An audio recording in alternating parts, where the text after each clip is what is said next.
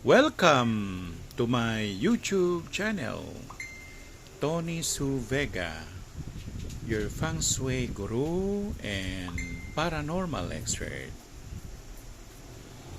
Today is the 28th of April 2024 and it is Sunday on the time of Taurus, April 20 to May 20. Major Arcanum, the High Priestess, telling of a situation where your empathy works or your God is feeling something strange or a surprise that is about to come. The unfolding of what is true. The discovery of things hidden, the study of the unknown, the esoteric, all that is concerned with is or that is beyond mystery. Ngayong araw na ito ay Linggo, 28 ng Abril 2024, panahon ng Taurus.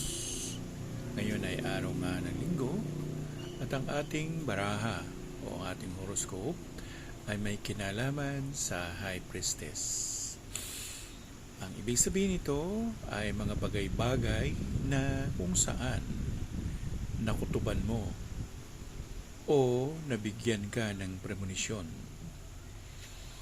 Nabigyan ka ng tamang pag-analisa ng mga bagay-bagay na kung saan ginamitan mo ito ng esotericismo o mysticism o mga bagay-bagay na maglagpas sa misteryo o hiwaga o hindi maipaliwanag na katotohanan.